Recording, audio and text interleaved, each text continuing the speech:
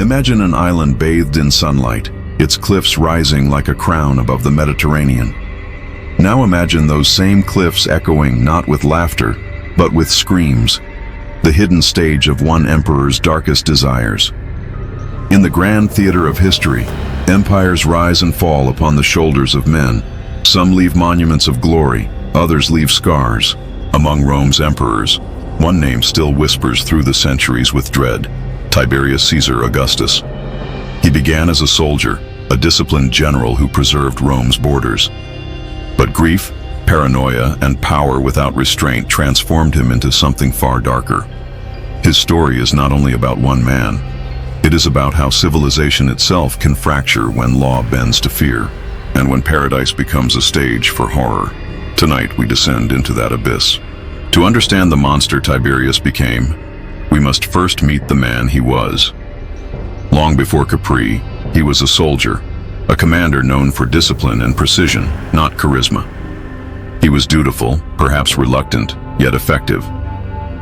But behind the mask of duty lay a soul scarred by loss. The death of his beloved brother Drusus left him hollow. His forced divorce from Vipsania, the only woman he truly loved, shattered his heart.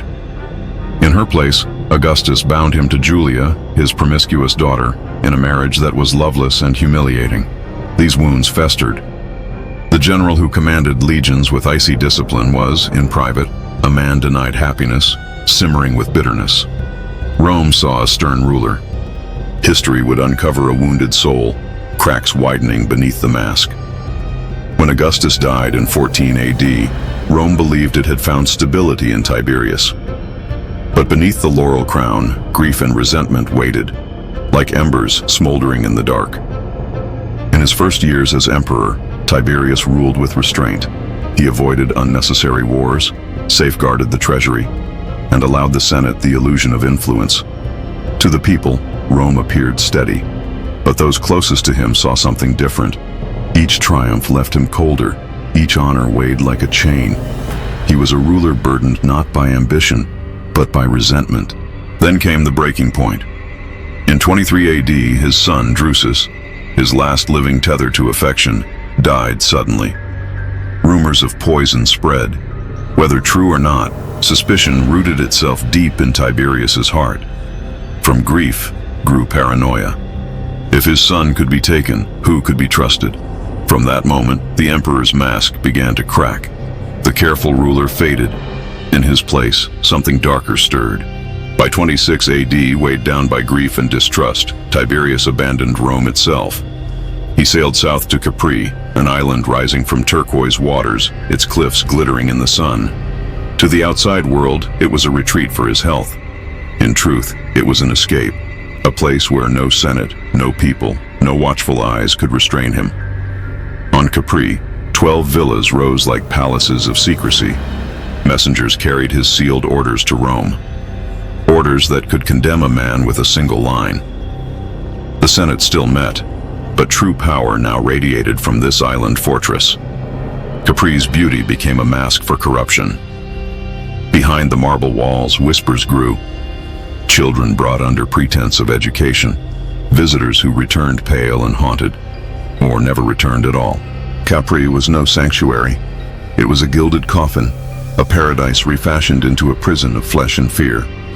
Within Capri's villas, horror found its stage. Children, both boys and girls, were taken to the island.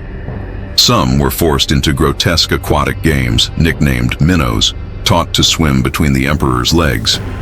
Others became the infamous spintriae, young slaves trained in acts so debased that even Latin lacked words to describe them. The villas were decorated with explicit art and manuscripts from Greece and the East, transforming rooms into theaters of perversion. Victims were forced to act out scenes, their innocence broken under the emperor's gaze. And Tiberius did not act alone. Nobles offered their own children for favor. Procurers scoured provinces for new captives. Guards silenced survivors. A parasitic economy was born.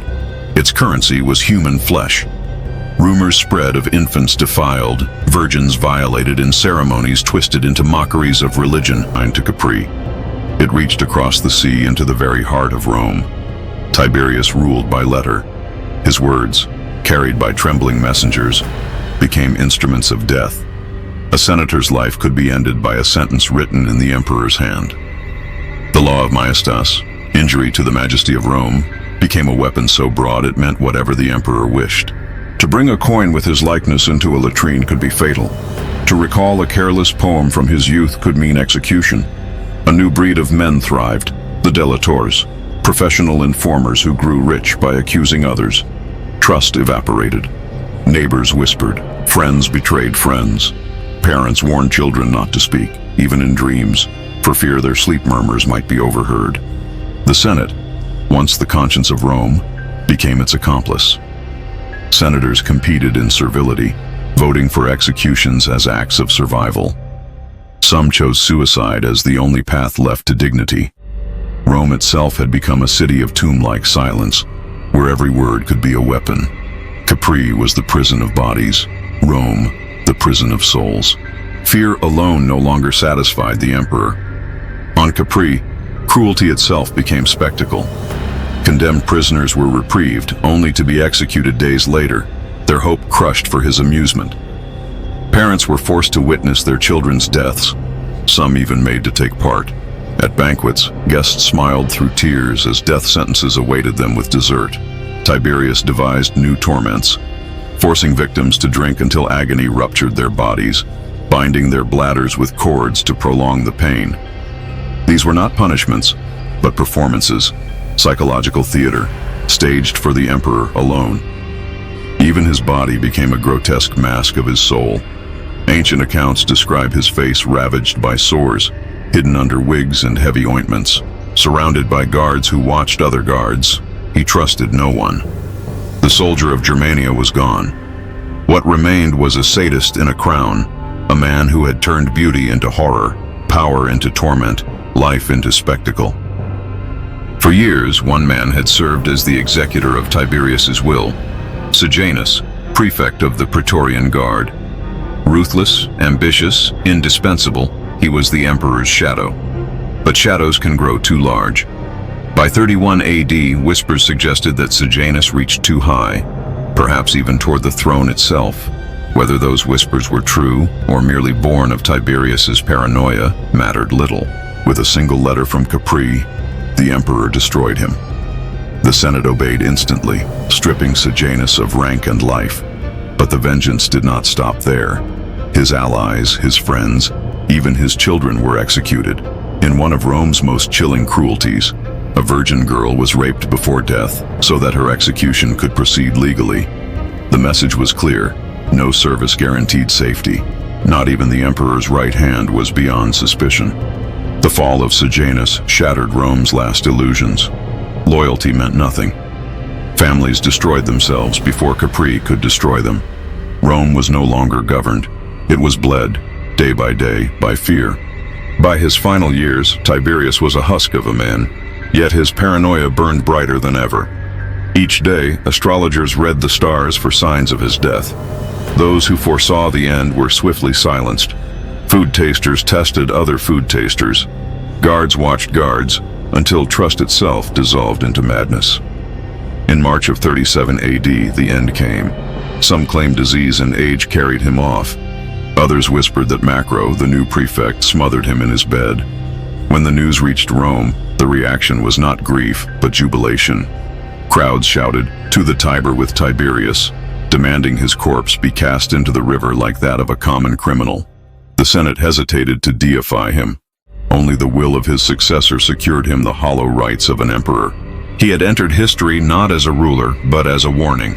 The man who turned paradise into prison, law into terror, power into monstrosity. He died as he had lived, alone, unloved, consumed by shadows. Rome survived Tiberius, but it did not emerge unscarred. The Senate never regained its dignity, having voted away its honor to survive. Poets avoided politics, their pens dulled by fear. Historians hid truth in allegory.